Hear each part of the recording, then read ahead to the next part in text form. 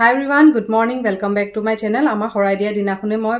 ভাপত দিয়া পিঠা ৰেচিপি এটা দিছিলো তাকে কৈছিলো মই বেলেগকে ভিডিও এটা দিম বুলি তাকে ভাবিছো আজি ক্লিপ কিটা মই ইয়াতে এড কৰি দিও আৰু এটা যেহেতু ভাদ মাহ চলি আছে আৰু একদম 5 মিনিটও নালাগে বনাই পেলাই একদম কম সময়তে পিঠাটো ৰেডি হৈ যায় এটা যেহেতু ভাদ মাহৰ সিজনে চলি আছে সকলোৱে নামঘৰত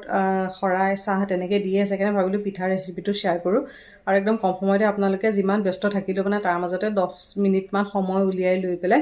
পিঠাটো বনাই পেলাই নামঘৰত আপোনালোকে গোপিনী হক ভকতক হক বা চাহৰ লগত খাব পাৰিব তাকে ভাবিছো ৰেচিপিটো শেয়াৰ কৰো তে পটাপট মই ইয়াৰ পিছত মই অলৰেডি হৰাই দিয়া দিনাখনে গুটে ক্লিপখিনি কৰিয়ে দিছো এতিয়া বোলো ভিডিওখিনি মই লগাই দিও মানে টাইম পোৱা নাছিল এডিটিং কৰিবলৈ সেইকাৰণে আজি বোলো দি দিও তে কেনেকৈ মই পিঠাটো বনালো চাব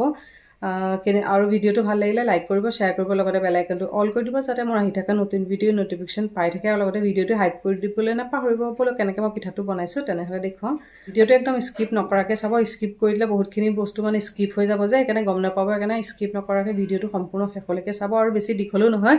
মাত্ৰ 4-5 মিনিট মানৰ ভিডিও হ'ব আৰু পিঠাটো আপোনালোকে নামঘৰত বনাই পেলাই খুৱাব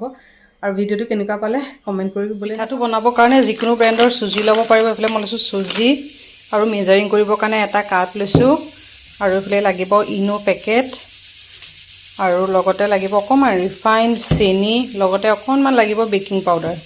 আৰু এফালে মই এতিয়া কেনেকৈ বনাব গুটেখিনি দেখাই আছো আজি জুখত দেখম ইনে পটককে মই বনাই লৈহে আনদিনা দেখাও আজি একে গুটে কাপ চাপ লৈছো মেজাৰিং কৰি দিলে তেতিয়া মানে পিঠাটো মানে বহুতৰে বনাবলৈ সুবিধা হ'ব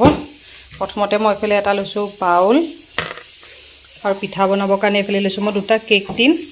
ইডলি ষ্টেণ্ডতো বনাব পাৰে কিন্তু মই দুটা কেক টিন লৈছো তেতিয়া মানে পটককে বনাই 10 মিনিটতে ৰেডি কৰিব পাৰি প্ৰথমতে মই এফালে কেক টিনটো অকমান ৰিফাইন এখন দি পেলাই গ্ৰীজ কে লম দুইটা কেক টিন প্ৰথমতে অকমান ৰিফাইন তেল অকমান গ্ৰীজ কে লৈছো তেতিয়া মানে পিঠাটো পটককে এৰাই যাব উলিয়াবলৈ সুবিধা হ'ব অকমান ৰিফাইন তেল ভালদৰে একদম চাৰিপিনে ৰিফাইনখন লগাই পেলাই সানি ললো এফালে পিঠা বনাবৰ কাৰণে এফালে ডাঙৰ মানে যেটো মেজাৰিং কাপ লয় হেতু মেজাৰিংতে গুটেখিনি বস্তু দিব লাগিব এফালে মই 1 কাপ লৈছো সুজি আৰু মই এটা পিঠা বনোৱাহে দেখুৱাইছো মই বনাই আছো দুটা পিঠা যে তেতিয়া কেনে এটা পিঠাৰ কাৰণে যিখিনি মেজাৰিং হয় সেইখিনি দেখুৱাইছো এটো ডাঙৰ সাইজৰ এটা কাপৰ সুজি 1 কাপ সুজি লৈছো আৰু এফালে আধা কাপ লৈছো চেনি মিঠাটো যদি কমকে খাই কমকে ল'ব পাৰে আৰু মিঠা যদি বেছিকে খায় ইয়াতে বেছিকৈ মিঠা এড কৰিব পাৰে মই এটা 1 কাপ সুজি যেনিবা আধা কাপতকৈ অকমান কম হ'ব চেনি দিছো আৰু ইয়াতে মিঠাটো বেলেন্স কৰিবৰ কাৰণে অকনমান দিছো নিমখ এটা ভালদৰে গুটেখিনি মিক্স কেলম এতিয়া যেনিবা মই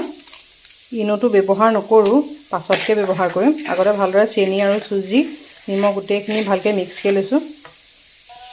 ইয়াতে এতিয়া হে 1 কাপ লৈছো এফালে পানী একেটা কাপৰে মেজাৰিং হয় এটো বেলেগ এটা কাপৰ মই লৈছো এফালে 1 কাপ পানী অকনকে মই দি যাম একেবাৰে দি দিলে হয়তো পনিয়াও হৈ যাব পাৰে যে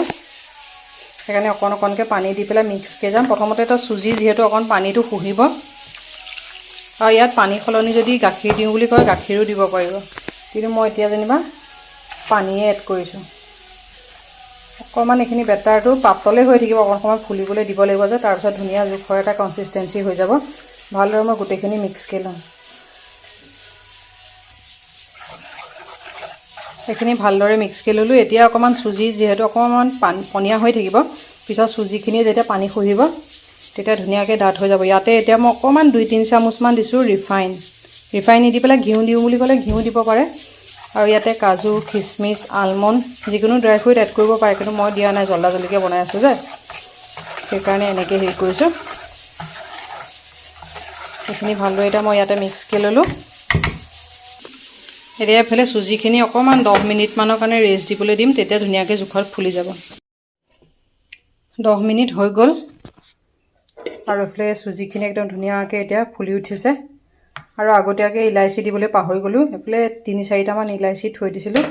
আৰু গোন্ধটো তেতিয়া ভাল লাগে আৰু এফালে মই এটা ভালদৰে গুটেখিনি মিক্স কে লম আৰু এফালে পানী লৈছিলো 1 কাপৰ যেনিবা এইকন অকনমান থাকি গল আধা কাপত তলত অকনমান কম পৰিমাণে থাকি গল কিছুমান সুজি আকৌ বেছিকে পানী খায় যে সেইকাৰণে পানীটো নিজৰ জোখ অনুসৰি দিব আৰু এফালে ভালদৰে এখিনি ইলাইচিখিনি মিক্স কে ললো ইলাইচিটো আগতীয়াকে দিব পাৰিলে ভাল তেতিয়া ভালদৰে গুটেখিনি মিক্স হৈ যায় যে ফ্লেভাৰটো কাৰণে মই অকমান 3-4টা মান দিছো ইলাইচি এইখিনি সময়তে ইয়াতে যদি কাজু কিচমিচ আলমণ্ড যিকোনো ড্ৰাই ফ্ৰুট চেৰি থাকিলে দিব পাৰে, কিন্তু মোৰ ওচৰত নাছিল যিহেতু মই কাৰণে ইয়াতে এড কৰা নাই। ইয়াতে এতিয়া অকণমান দিছোঁ, আধা চামুচতকৈ কম হ'ব, অকণমান দিছোঁ বেকিং পাউডাৰ। এইকণ যেনিবা বেছিয়ে হৈ গ'ল। এটা ভালদৰে গোটেইখিনি মিক্সকৈ ল'ম।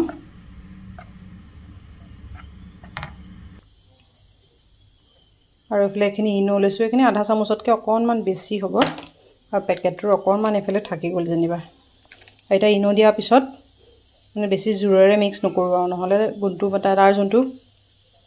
বাবলখিনি নাইকিয়া হৈ যাব যে, সেইকাৰণে লাহে লাহে গোটেইখিনি মিক্স কৰিম। আৰু ইনো বেছিকৈ দিয়া নাই, নহ'লে ইনোৰ এটা স্মেল এটা আহি যায় যে, সেইটো কাৰণে। এতিয়া ভালদৰে